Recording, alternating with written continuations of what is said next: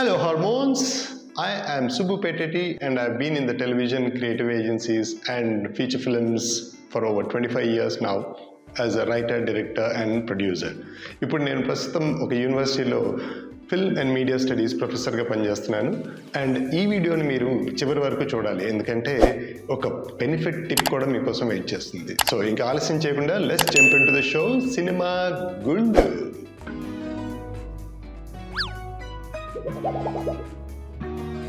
Well, ఇవాళ నేను ఒక వెరీ ఇంట్రెస్టింగ్ టాపిక్తో మీ ముందుకు వచ్చాను.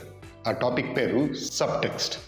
సబ్ టెక్స్ట్ అంటే వెరీ సింపుల్గా చెప్పాలంటే ఇది అంతరార్థం, అంటే హిడెన్ మీనింగ్ అనమాట.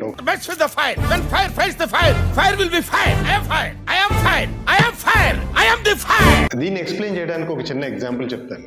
అర్జున్ రెడ్డి సినిమాలో అర్జున్ జూనియర్స్ క్లాస్కి వెళ్ళి అచ్చ తెలుగులో ఒక అనౌన్స్మెంట్ ఇస్తుంటాడు. ఆ అనౌన్స్మెంట్లో వర్డ్స్గా ఏం మీనింగ్ ఉంటుందంటే, మీ జూనియర్స్ జోలికి వెళ్ళొద్దు, వాళ్ళని చాలా చక్కగా చూసుకోండి, పోను తరగతులు పెరిగే కొద్దీ మీకు మంచి అవకాశాలు దొరుకుతాయి అని చెప్తూ ఉంటాడు. కానీ దాని ఇన్నర్ మీనింగ్ ఏంటంటే తన గర్ల్ ఫ్రెండ్ని టచ్ చేయొద్దు అని వార్నింగ్ ఇస్తున్నట్టు అనమాట. అండ్ దట్ ఆల్సో ఆ టీచర్ ఎవరైతే ఉన్నారో ఆ ఫ్యాకల్టీ మెంబర్కి తెలుగు రాదు, సో కావాలని చెప్పి స్వచ్ఛమైన తెలుగులో మాట్లాడుతుంటాడు. సో ఇలాంటి layers, hidden meaning, inner meanings ఉన్న సీన్లో సబ్ టెక్స్ట్ ఉంది అని చెప్పచ్చు.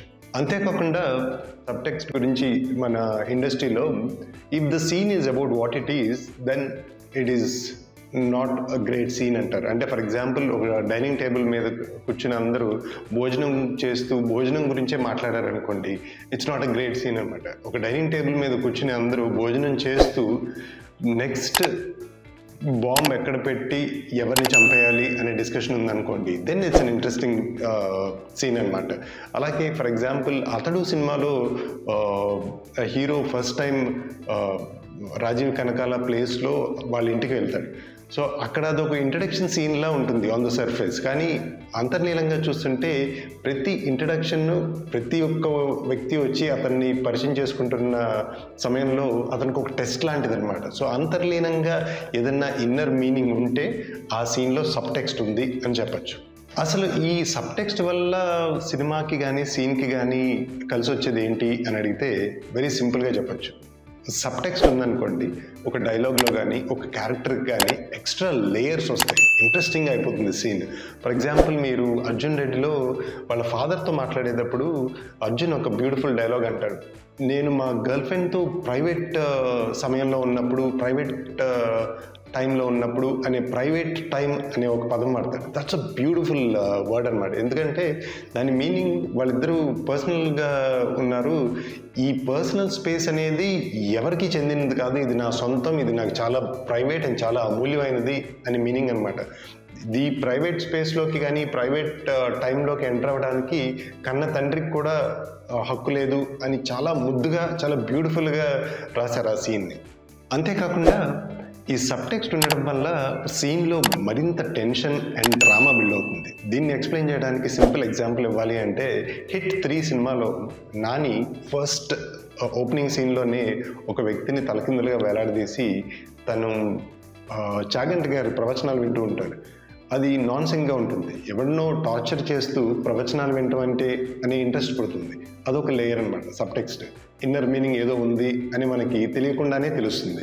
అండ్ ఆల్సో వాడిని తలకిందులుగా వేలాడదీసి కెమెరాలోకి చూస్తూ ఒక యూట్యూబ్ వీడియో చేస్తూ తన పేక కోయడానికి ట్రై చేస్తుంటాడు. సో ఎప్పుడైతే పేక కోయడానికి ట్రై చేస్తున్నాడో అని ఆడియన్స్ తెలిసిందో ఇంకా టెన్షన్, ఇంకా డ్రామా బిల్డ్ అవుతుంది. సీన్లో సబ్ టెక్స్ట్ ఉంటే బాగుంటుందని అందరికీ తెలిసినా సరే, సబ్ టెక్స్ట్ని రాయడం అంత ఈజీ కాదు. It is an art in it self అనమాట. ఫర్ ఎగ్జాంపుల్, యానిమల్ సినిమాలో మీరు అబ్జర్వ్ చేస్తుంటే ఈ సబ్ టెక్స్ట్ చాలా చోట్ల మనకు కనబడుతుంది. కానీ ఈ సబ్ టెక్స్ట్ని రాయాలంటే ఒక చిన్న టెక్నిక్ కూడా ఉంది. అదేంటంటే క్యారెక్టర్ యొక్క ఇంటెన్షన్, అసలు ఈ క్యారెక్టర్ ఎందుకు ఇలా బిహేవ్ చేస్తున్నాడు అని మనకి క్లారిటీ ఉంటే సబ్ టెక్స్ట్ రాయడం కొంచెం ఈజీ అవుతుంది. ఫర్ ఎగ్జాంపుల్, యానిమల్ సినిమాలో రణబీర్ కపూర్కి తన ఫ్యామిలీని కాపాడాలి, ఎలాగైనా ప్రొటెక్ట్ చేయాలి అనే తన ఇంటెన్షన్ ఉంటుంది. ఆ ఇంటెన్షన్ ఉంది కాబట్టే మనకు AK-47 సీన్ లాంటివి పుడుతూ ఉంటాయి అన్నమాట.